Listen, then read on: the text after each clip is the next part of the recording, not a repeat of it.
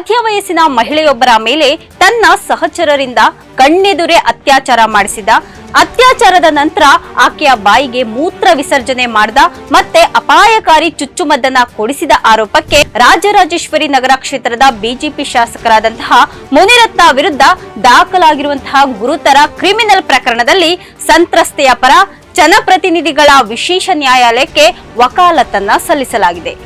BJP ಕಾರ್ಯಕರ್ತೆ ಆಗಿದ್ದೆ ಅಂತ ಹೇಳ್ಕೊಂಡಿರುವಂತಹ 40 ವರ್ಷದ ಮಹಿಳೆಯ ಮೇಲೆ ಮುನಿರತ್ನ ಅವರು ತಮ್ಮ ಸಹಚರರಿಂದ 2023 ಜೂನ್ 11ರಂದು ಕಣ್ಣೆದುರೇ ಅತ್ಯಾಚಾರ ಮಾಡಿಸಿದ್ದಾರೆ. ಅತ್ಯಾಚಾರದ ನಂತರ ಸಂತ್ರಸ್ತೆಯ ಬಾಯಿಗೆ ತಮ್ಮ ಮೂತ್ರವನ್ನ ವಿಸರ್ಜನೆ ಮಾಡಿದ್ದಾರೆ ಮತ್ತು ಆಕೆ ಜೀವನ ಪರ್ಯಂತ ನರಳುವಂತಹ ಅಪಾಯಕಾರಿ ಚುಚ್ಚುಮದ್ದೊಂದನ್ನ ಕೊಡಿಸಿದ್ದಾರೆ. ಈ ಕ್ರಿಮಿನಲ್ ಪ್ರಕರಣದಲ್ಲಿ ಮೊದಲ ಆರೋಪಿಯನ್ನಾಗಿಸಿ ಮುನಿರತ್ನ ಮತ್ತೆ ನಂದಿನಿ ಲೇಔಟ್ನ ವಸಂತ, ಚನ್ನಕೇಶ್ವ, ಆಶ್ರಯ ನಗರದ ಕಮಲ್ ಹಾಗೂ ಅನಾಮಧೇಯ ವ್ಯಕ್ತಿಯೊಬ್ಬನನ್ನ ಹೆಸರು ಕೊಳ್ಳಲಾಗಿತ್ತು. ಇದಕ್ಕೆ ಚಿಕಿತ್ಸೆ ಪಡೆಯೋದಕ್ಕೆ ನಾನು ಮತ್ತೊಂದು ಆಸ್ಪತ್ರೆಗೆ ಹೋದಾಗ ವೈದ್ಯರು ರಕ್ತ ಪರೀಕ್ಷೆಯನ್ನ ವರದಿಯನ್ನ ನೋಡಿ ಇದು ವಾಸಿಯಾಗದಂತಹ ಕಾಯಿಲೆ ಅಂತ ಹೇಳಿದ್ದಾರೆ. ಹಾಯ್, ಹಲೋ, ನಮಸ್ಕಾರ. ಸ್ಪೀಡ್ ನ್ಯೂಸ್ ವಿಶೇಷ ಕಾರ್ಯಕ್ರಮಕ್ಕೆ ಸ್ವಾಗತ. ನಾನು ಸುನಂದ ಅನ್ಸೂಯ.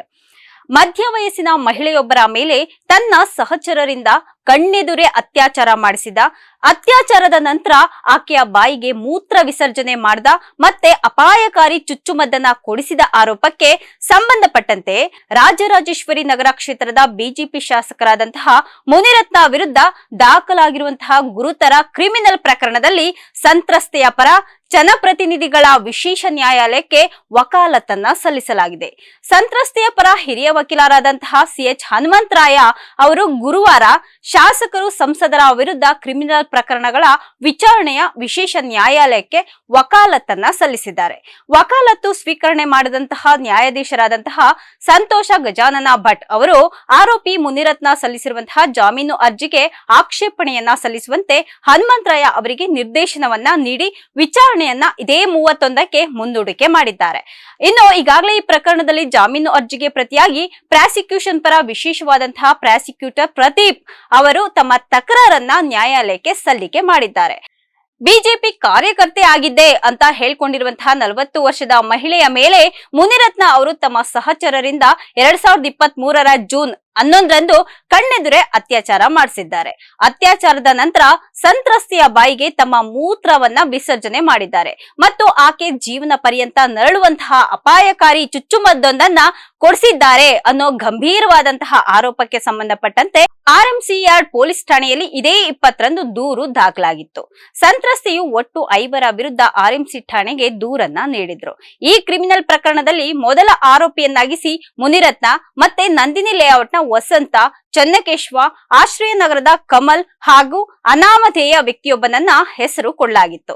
ದೂರಿನನ್ವಯ ಭಾರತೀಯ ದಂಡ ಸಂಹಿತೆ 1860 ಕಲಂ ಅಡಿ 376 ಡಿ, 270, 323, 354, 504, 506, 509 ಹಾಗೂ 34 ಅಪರಾಧಗಳಡಿ ಪ್ರಕರಣವನ್ನ ದಾಖಲು ಮಾಡಿಕೊಳ್ಳಲಾಗಿದೆ.